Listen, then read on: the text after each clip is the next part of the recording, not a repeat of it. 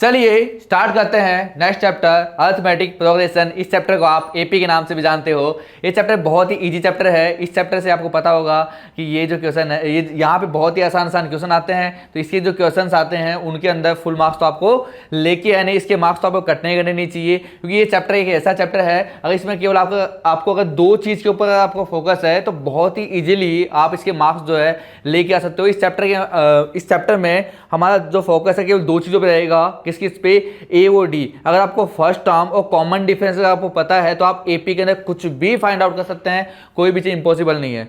केवल कितनी चीज़ पता होनी चाहिए? हमें दो चीज़ पता होनी चाहिए। कौन कौन सी? ए और डी। अब यहाँ पे बात करते हैं अरिथमेटिक प्रोग्रेशन क्या होता है। इससे पहले आपने देखा होगा जैसे कई सारी नंबर्स होती है जिनका एक सीक्वेंस होता है। सीक्वेंस क्या होता है? एक पर्टिकुलर मतलब जैसे इवन नंबर है, इवन नंबर का जो सेट है वो भी क्या एक सीक्वेंस है, जिसमें अगर आप देखोगे तो कोई भी सीक्वेंस होता है वो प्रोग्रेशन कब बनता है? अगर आप किसी भी नंबर में मतलब एक फिक्स पैटर्न सा बन जाए तो उसको क्या बोलते हो आप? प्रोग्रेशन। अब आप अरिथमेटिक प्रोग्रेशन की बात करें मतलब अगर कोई भी नंबर में आप कुछ ऐड या सब्ट्रैक्ट करके अगर कोई प्रोग्रेशन बना रहे हो तो उसको क्या बोलते हो आप? Arithmetic progression. अगर मल्टीप्लाई डिवाइड करके बना रहे तो उसको क्या बोलते हैं? ज्योमेट्रिक प्रोग्रेशन, जो 11वीं क्लास में पढ़ेंगे बनाना। लेकिन यहाँ पे हम अरिथमेटिक प्रोग्रेशन की बात कर रहे हैं तो यहाँ प्लस या माइनस करके हम जो एक सीरीज बना देते हैं उसको, ये एक प्रोग्रेशन बना लेते हैं, उसको हम क्या बोलते हैं? अरिथमेटिक प्रोग्रेशन बोलते हैं। अब यहाँ पे क्या होने वाला है, जैसे मैं कहता हूँ सेट ऑफ इवन नंबर का जो सेट है उसमें आप देखोगे कि सभी के अंदर 2 का डिफरेंस है क्या? जैसे फर्स्ट क्या होगा? 2 4 6 8, तो 2 का डिफरेंस चल रहा है सभी में। या फिर मैं ऐसे भी कह सकता हूँ इसके अंदर कि जब आप 2 में क्या ऐड करोगे? 2 ऐड करोगे तो क्या आएगा? 4 आएगा। फिर 4 में वापस 2 ऐड करोगे तो क्या आएगा? 6 आएगा। 6 में वापस 2 ऐड करोगे तो क्या आएगा? आपका 8 आएगा। इस तरीके से जो है एक फिक्स नंबर जो है कंजुगेटिवली आप ऐड करते जा रहे हो, सक्सेसिवली ऐड करते जा रहे हो, तो अगले वाली जो टर्म है वो आती जा रही है। तो ये जो होता है ये इसको क्या बोलते हैं? एपी बोलते हैं। जो नंबर आप ऐड करते जा रहे हो ना फिक्स नंबर, उसको बोलते हैं डिफरेंस, कॉमन डिफरेंस। क्योंकि डिफरेंस है सभी के अंदर सेम डिफरेंस, इसको क्या बोलते हैं? Common difference. फर्स्ट टर्म क्या होती है? पहले वाली जो टर्म होगी इसको फर्स्ट टर्म बोल देते हैं। अब जो डिफरेंस है वो कैसे निकालते हैं? मान लो आपके पास क्या है? A1 A2 A3। मान लो मैं यहाँ कह देता हूँ आपके पास जो नंबर है कौन सी है? A1 है, टर्म्स A2 है, A3 है, A4 है, ऐसे करते करते एन टर्म है।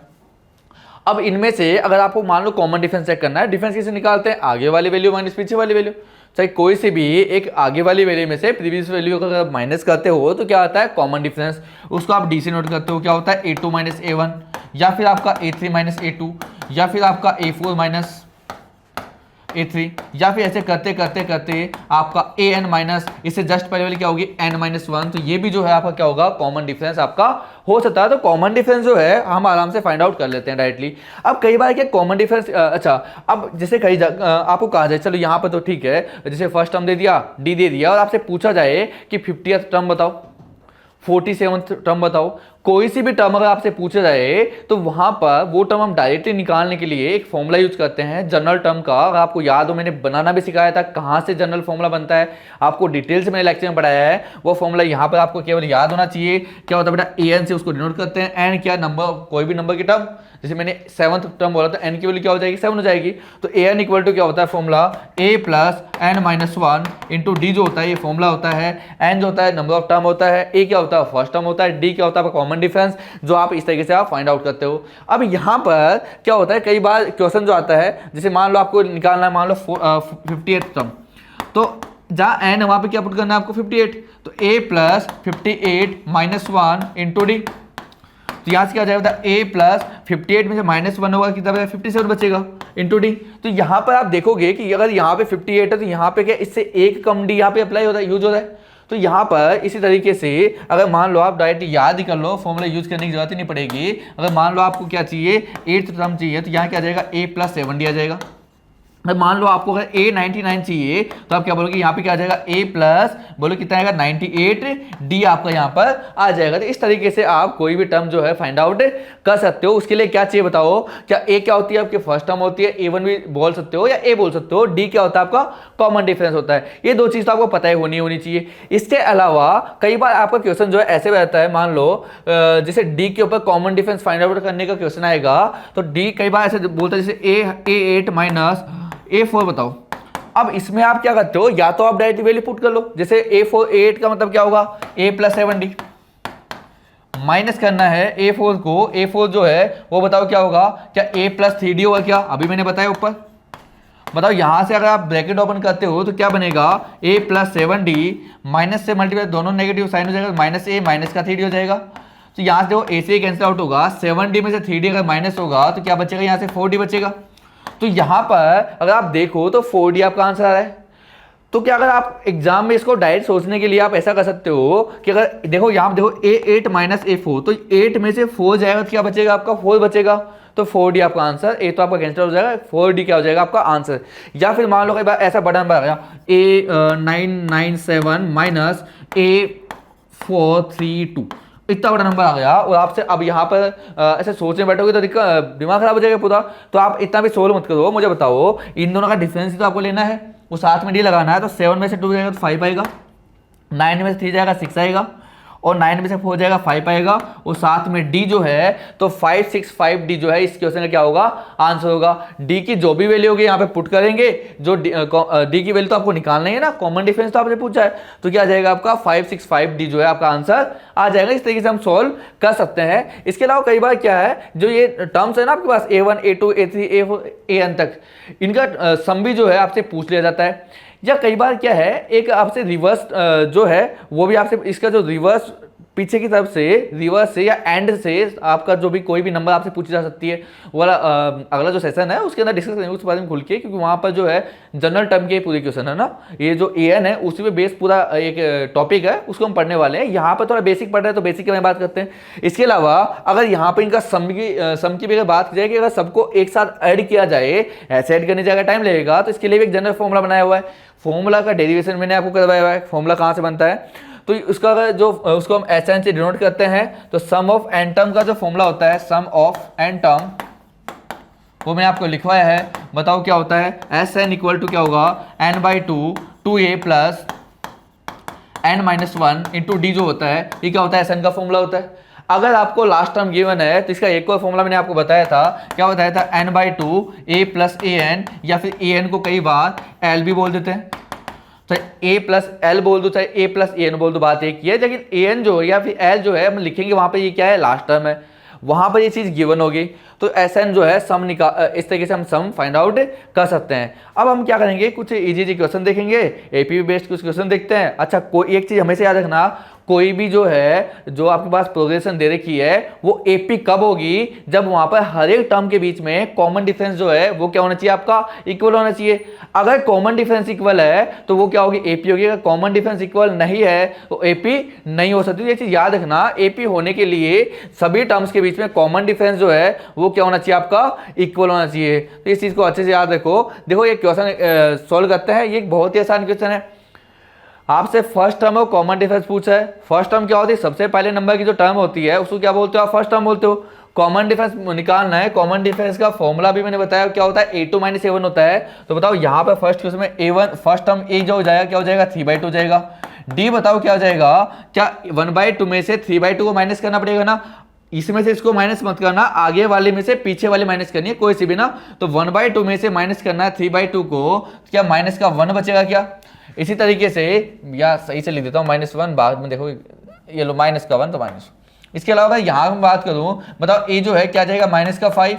अगर मैं d निकालने जाऊंगा, d क्या होता है, a2 माइनस a1, तो -1 में से माइनस करना है किसको, -5 को। यहाँ पे माइनस का साइन है और माइनस से माइनस क्या हो जाएगा, प्लस हो जाएगा। तो -1 + 5 क्या आ जाएगा, आंसर आपका 4 आ जाएगा। तो ये जो है आपका क्या हो जाएगा, आंसर हो जाएगा। इसके अलावा मुझे बताओ, ये यहाँ पे क्या a की वैल्यू क्या होगी, 0.6, और d जो है बताओ क्या आ जाएगा, 1.7 माइनस 0.6। सॉल्व करने पे क्या आ जाएगा, क्या 1.1 आएगा क्या। इस तरीके से आप इसको सॉल्व कर सकते हो। इसके अलावा कई बार क्या होता है, आपसे एपी पूछा जाएगा कई बार कि एपी है कि नहीं है, उसके लिए क्या करोगे, 2 या 3 टर्म जितनी भी टर्म दे रखी है उन सभी का आपको क्या चेक करना है, वहां पर कॉमन डिफरेंस चेक करना है। अगर कॉमन डिफरेंस अगर आपका इक्वल आ रहा है तो क्या होगा, आपका एपी होगा, अदरवाइज एपी नहीं होगा। जैसे यहाँ पे देखो ट्रू एंड फॉल्स वाला क्वेश्चन आया हुआ है आपके सामने, क्या है, एपी देखिए 10 5 0 -5, और बोला है कि इसका जो कॉमन डिफरेंस है वो 5 होगा। आपको पता है कॉमन डिफरेंस जो होता है वो तो क्या होता है, a2 माइनस a1 होता है, a1 माइनस a2 नहीं होता। तो आपको 5 माइनस d जो है वो क्या होगा, 5 माइनस 10 होगा। सॉल्व करने पे क्या रहा है, माइनस का 5, लेकिन ये तो कह रहा है 5 होगा, तो ये क्या है, गलत कह रहा है, मतलब ये क्या हो गया आपका फॉल्स हो चुका है।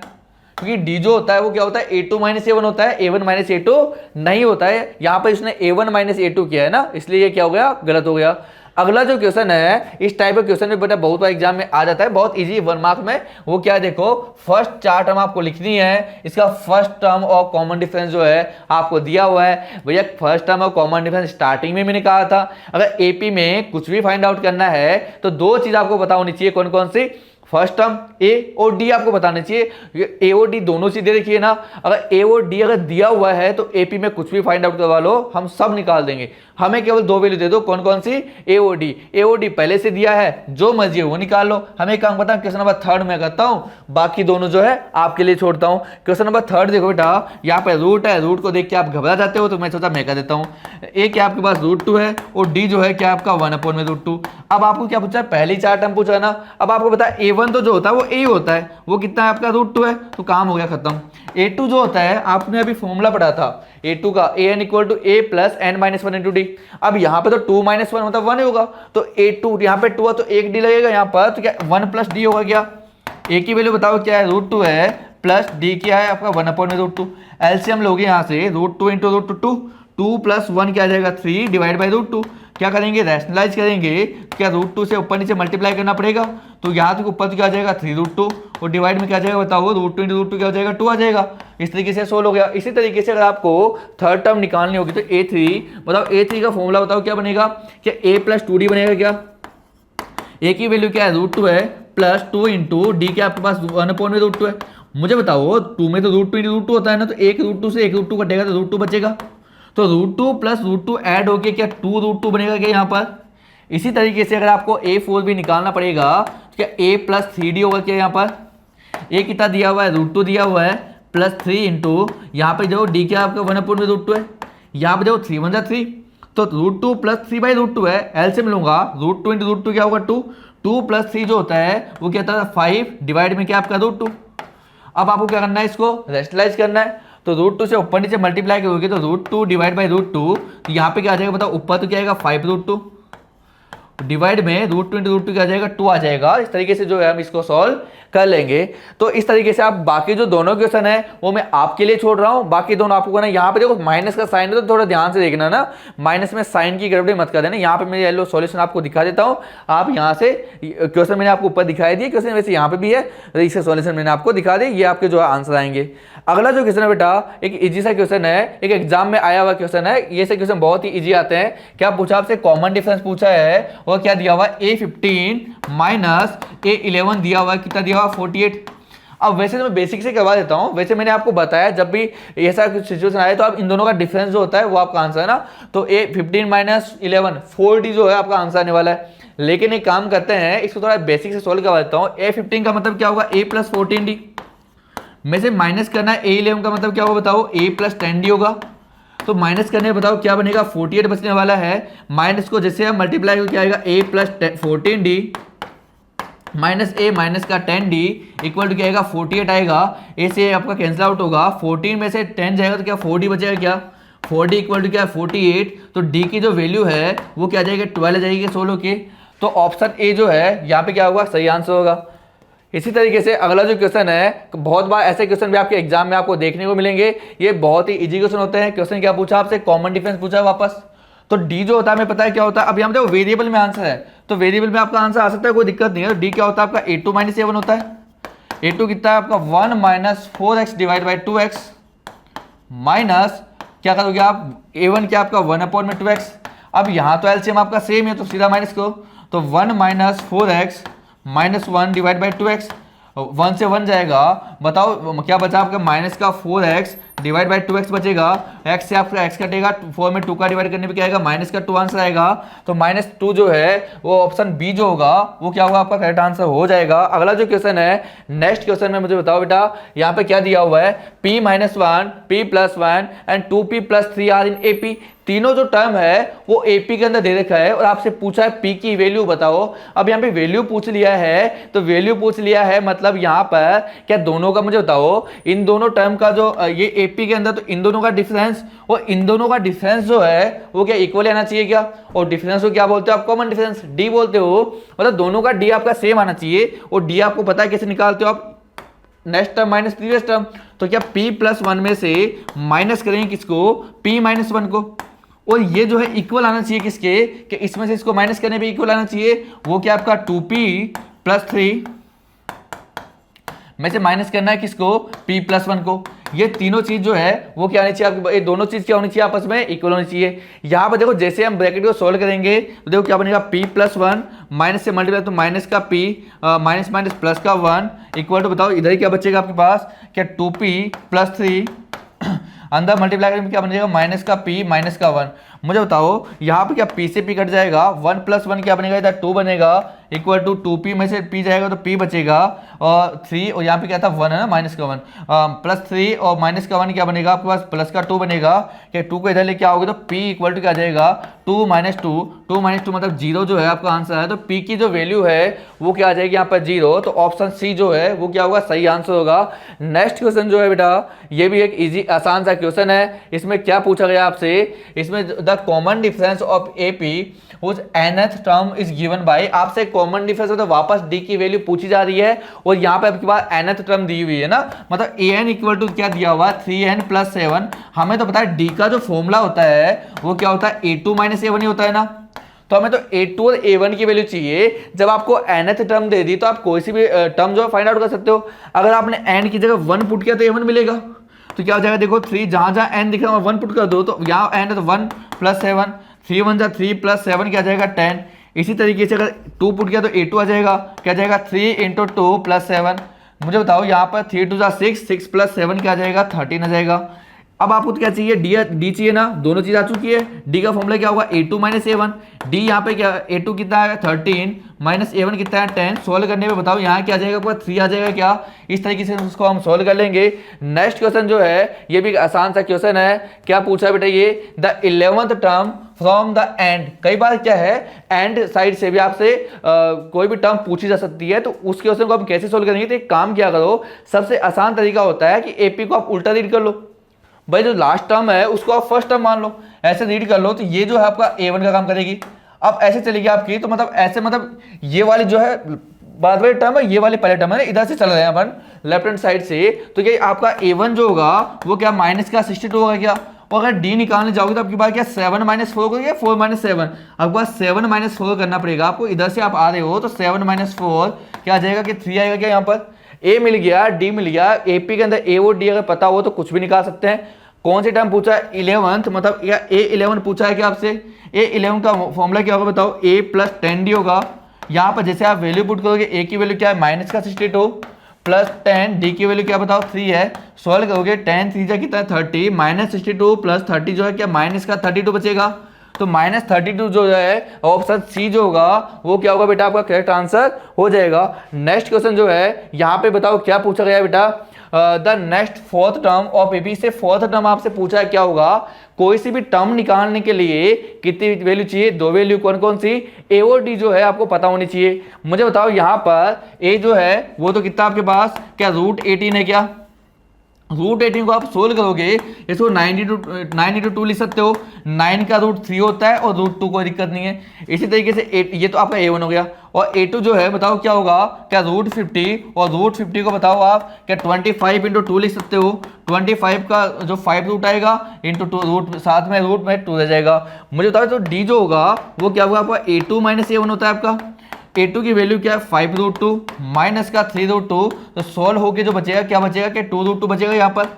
अब हमें पता है a और d आपको पता लग गया।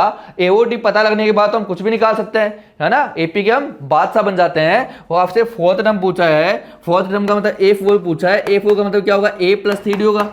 a की जो वैल्यू है वो कितने आपके पास क्या 3√2 है क्या, +3, और d की वैल्यू क्या है बताओ क्या 2√2 आई है। इसको जैसे आप सोल्व करोगे ये क्या आपका 3√2 है, प्लस 3 × 2 = 6√2। मुझे बताओ दोनों को ऐड करने पे क्या आ जाएगा 9√2 मिलेगा आपका। तो 9√2 अगर आप देखोगे, 9√2 आपके ऑप्शन में 9√2 नहीं है, तो 9 को अंदर लेके जाना पड़ेगा रूट में। मुझे बताओ क्या 81 का √9 होता है, तो 9 को जब आप रूट में लेके जाओगे तो अंदर क्या जाएगा 81 जाएगा, तो 81 आपका अंदर जाएगा। तो 81 इंटू साथ में क्या आपका 2, आप मल्टीप्लाई करोगे तो क्या आ जाएगा, देखो 2 1 जा 2 और 2 8 2 जा 60, तो रूट 162 जो होगा आपका आंसर होने वाला है। तो देख लीजिए बेटा कौन सा ऑप्शन होगा, रूट 162। तो आपका ऑप्शन सी जो है वो क्या होगा बेटा, आपका करेक्ट आंसर होने वाला है। नेक्स्ट क्वेश्चन जो है ये भी आसान सा क्वेश्चन है। देखो क्या बेटा, नंबर ऑफ टर्म्स। अब नंबर ऑफ टर्म्स अगर आपको निकालनी हो किसी भी एपी में, अगर नंबर ऑफ टर्म्स क्या होता है, एन की वैल्यू। अब यहाँ पर एन की वैल्यू निकाल पूछ रहा है, मतलब आपको एन वाला फॉर्मूला यूज करवा रहा है ये, और एन वाला फॉर्मूला अगर यूज करवा रहा है तो कहीं ना कहीं एन की वैल्यू तो दे रखा होगा, तभी तो एन की वैल्यू आएगी। क्वेश्चन में क्या देखा, एपी आपको दिया हुआ है, एपी क्या है बताओ, ये दे रखा है, तो बताओ ए की वैल्यू क्या आ जाएगी, यहाँ से 3 हो जाएगी, और डी की वैल्यू बताओ क्या आ जाएगी, क्या 6 - 3 आ जाएगी क्या, और क्या लास्ट टर्म यहाँ पर ए एन ही होता है, वो कितना दे रखा है आपको, 1 1 1 दे रखा है। आपसे एन की वैल्यू पूछ कितने, द नंबर ऑफ टर्म्स मतलब एन की जो वैल्यू है आपसे पूछी जा रही है। मुझे बताओ ए दिया हुआ है, डी दिया हुआ है, ए एन दिया हुआ है, तो कौन सा फॉर्मूला लगाओगे, ए एन वाला जो फॉर्मूला होता है वो क्या होता है बेटा, A plus N -1 into D. A N की वैल्यू क्या है, 111 इक्वल टू ए कितना आपके पास 3 प्लस एन -1 इंटू डी। इधर के माइनस होगा, बताओ क्या 108 बचेगा क्या, equal to N -1 into D. ये अच्छा डी की वैल्यू क्या 3 है, तो पुट कर लो, डी की वैल्यू तो हमारे पास है ना 3, तो पुट करो यहाँ पर 3 निकाल के बैठे, 3 इंटू 3। मुझे बताओ 3 मल्टीप्लाई में कहाँ जाएगा, डिवाइड में, तो एन -1 इक्वल टू क्या बचेगा, 108 डिवाइड बाई 3 का डिवाइड करोगे तो एन -1 इक्वल टू क्या आ जाएगा बताओ, 36 -1 है, हमें तो एन की वैल्यू चाहिए, हो जाएगी प्लस होगा तो एन की वैल्यू क्या आ जाएगी, 37 आ जाएगी। तो एन की वैल्यू 37 कहीं कहाँ है, देखो ऑप्शन सी जो होगा वो क्या होगा बेटा, करेक्ट आंसर यहाँ पर हो जाएगा। तो ये देखो बेटा लास्ट क्वेश्चन जो है इस लेक्चर का वो क्या होगा, विच टर्म ऑफ एपी, कौन सी टर्म, विच टर्म का मतलब भी क्या होता है, विच टर्म का मतलब क्या होगा, कौन से नंबर की टर्म जो है, मतलब कौन से नंबर वाली टर्म जो है वो क्या होगी आपके पास, एपी आप दिया हुआ है, एपी दिया हुआ तो एपी से 2 चीज तो आपको बिटते निकालनी है, देखते एपी से 2 चीज निकाल लो, कौन कौन सी, ए और डी तो देखते ही निकाल लो। ए जो है बताओ कितना दिया हुआ है, क्या -29 दिया हुआ है क्या, और डी जो है यहाँ पे क्या बेटा -8 to -7, तो -26 में से माइनस करोगे किसको, -29 को, तो जब भी माइनस हो ना ब्रैकेट लगा लिया करो। अब माइनस टू माइनस प्लस होगा, तो प्लस के 29 और माइनस के 26 बन गया, क्या प्लस का 3 बनेगा। चलो डी मिल गया, ए मिल गया, कोई दिक्कत नहीं है। अच्छा मुझे बताओ विच टर्म ऑफ एपी, आपके पास ए एन भी दे रखा है इस 16, यहाँ पे ए एन भी दे रखा है। अब जो टर्म पूछे ना आपसे कि ये टर्म कौन से नंबर की होगी, तो आप उसको ए एन मान लिया करो, क्योंकि आपसे ए एन की A6 है, A7 ये पूछ रहा है, उसको क्या मानना है, आपको ए एन मानना है। तो यहाँ पर ए एन की जो वैल्यू है वो क्या दे रखा है, यहाँ पर 16 दे रखा है। अब आपके माइंड में आएगा सर जब 61 लास्ट टर्म दे रखा है तो वो ए एन होनी चाहिए ना, बेटा ए एन हम किसी भी टर्म को मान सकते हैं जो टर्म हमारी मिसिंग हो रही, हमें नहीं पता एन की वैल्यू उसके लिए कितनी है, तो आप उसको ए एन टर्म बोल सकते हो। अब आप होता है ए एन का फॉर्मूला जो होता है वो क्या होता है, ए एन का मतलब लास्ट टर्म ही नहीं होती है, ए एन का मतलब कोई सी भी टर्म हो सकती है आपकी। फॉर्मूला क्या होगा, A plus N -1 into D. N का वैल्यू क्या है 16 इक्वल टू ए कितना है बताओ आपके पास, माइनस का 29 प्लस एन -1, एन की वैल्यू आपको निकालनी है, इंटू डी कितना बताओ आपके पास 3 है। इधर आके बताओ प्लस होगा तो N -1 into 3 equal to 16 plus 29, दोनों को जैसे आप ऐड करोगे बताओ कितना बनेगा आपके पास, क्या 45 बनेगा क्या। तो n -1 इंटू 3 इक्वल टू क्या आ गया 45। अब 3 मल्टीप्लाई में डिवाइड में जाएगा तो कितना बनेगा 15, तो n माइनस इक्वल टू क्या हो गया 15 हो गया। इधर जाके प्लस होगा तो n की जो वैल्यू है वो क्या आ जाएगी यहाँ पर 16 आ जाएगी। तो ऑप्शन और 16 कौन सी होगी बी। तो 16th नंबर की टर्म जो है ना वो 16 है, वही तो आपसे पूछ रहा था। तो ये हमने जो भी क्वेश्चन थे उनके सही से हमने जवाब दे दिए। तो इसी के साथ आपका ये वाला लेक्चर जो खत्म होता है। नेक्स्ट लेक्चर में हम जो जनरल टर्म जो हमारी एपी की होती है कौन सा, N equal to A plus N minus one to D, इसके बहुत सारे क्वेश्चन करेंगे, बहुत सारे एप्लीकेशन बेस्ड क्वेश्चन भी करेंगे, है ना। Okay, thank you.